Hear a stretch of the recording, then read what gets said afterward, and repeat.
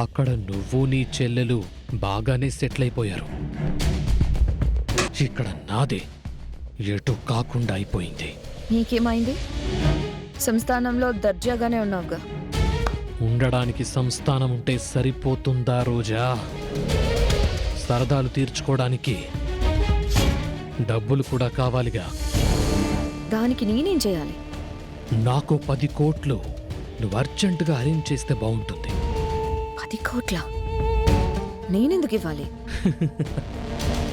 ఇవ్వకపోతే నువ్వు ఎవరు అనే రహస్యాన్ని చెప్పాల్సిన వాళ్లకు చెప్పాల్సి వస్తుంది. బెదిరిస్తున్నావా? అంతవరకు తెచ్చుకోవద్దని జాగ్రత్తలు చెప్తున్నా. చూడు పెంద్ర, ఇక్కడ ఆల్రెడీ అత్తయ్యకి నాకు కోల్డ్ వార్ జరుగుతుంది. ఆవిడ నా మీద కుట్రలు చేయడానికి ప్రయత్నిస్తూనే ఉంది. అప్పుడు నా పని ఇంకా సులువైపోతుంది రోజా. అక్కడికి వస్తున్నాను పెంద్ర. ఆవిడ ఎన్ని చేసినా అరుణ్ నన్ను నమ్మేలా చేసుకున్నాను.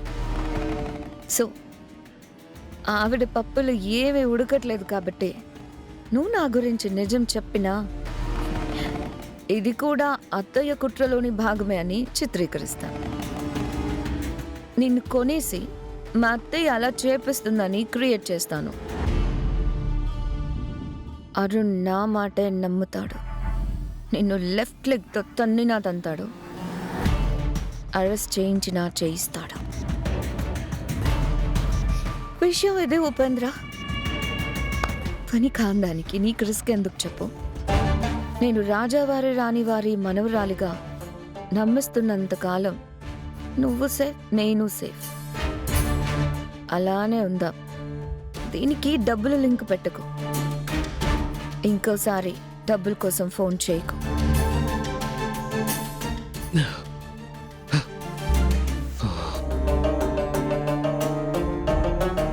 నీ యాటిట్యూడ్కి నువ్వెప్పుడో తప్పకుండా నాకు దొరుకుతావే. అప్పుడు నీతో ఆడుకుంటా. ఇక నా జోలికి రాట్లే. ముందు ఇందులో ఏముందో చదవాలి.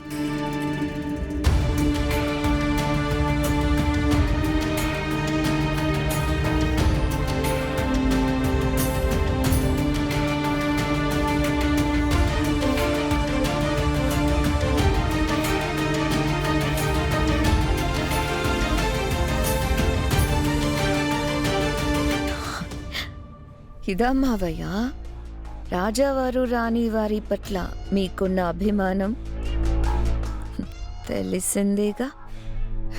ఇక నా మొగుడు వెర్రెక్కి కట్టిన బెట్తో కూడా సంబంధం లేదు.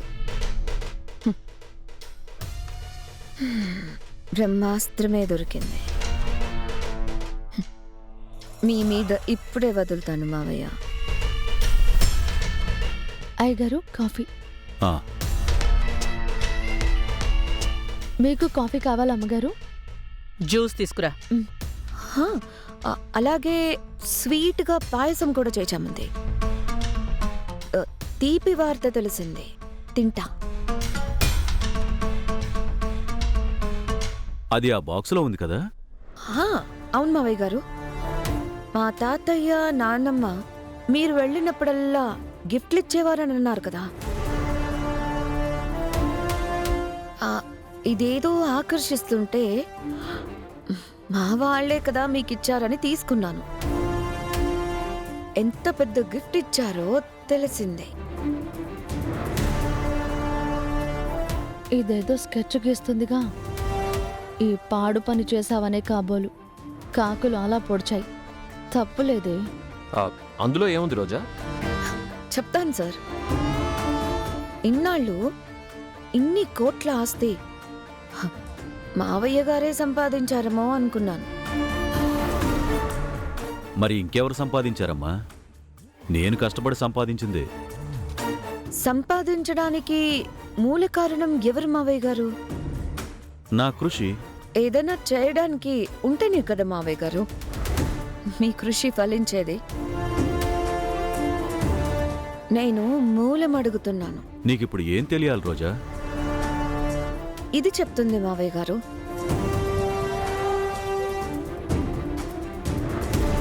మీరు వ్యాపారం మొదలు పెట్టడానికి మా తాతయ్య నాన్నమ్మలు మీకిచ్చిన భూముల్ని మీరు పెట్టుబడిగా మార్చుకున్నారు.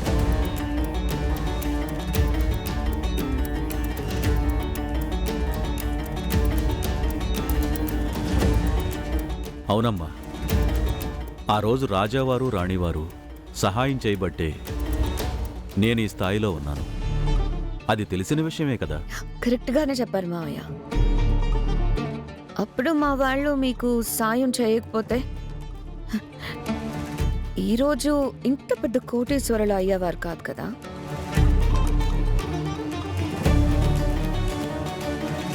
ఇది కరెక్టే కదా మావయ్య గారు. నిజాన్ని ఒప్పుకోవడానికి నేనెప్పుడూ సంకోచించనమ్మా. వాళ్ళు ఇవ్వకపోతే ఈ స్థాయికి రావడానికి ఇంకొంచెం ఆలస్యమై ఉండేదేమో. కరెక్టే. అసలు దీని ప్లాన్ ఏంటి? ఏం చెప్పాలనుకుంటోంది? ఇప్పుడు నేను అడిగేది ఏంటంటే మావయ్య గారు, మా వాళ్ళు ఇచ్చిన భూముల్లోనే మీరంత పెద్ద ఫ్యాక్టరీలు కట్టారు. ఇన్నేళ్లుగా సక్సెస్ ని చూస్తున్నారు. వేల కోట్లు దాని మీదే సంపాదించారు. దాని మీద వచ్చిన లాభాల్లో నుంచే మిగిలిన బిజినెస్లు స్టార్ట్ చేసుంటారు. మూల కారణం అదే అయినప్పుడు ఆ మేజర్ షేర్ నాకే కదా రావాలి. మేజర్ షేర్ నాకే కదా రావాలి. మేజర్ షేర్ నాకే కదా రావాలి.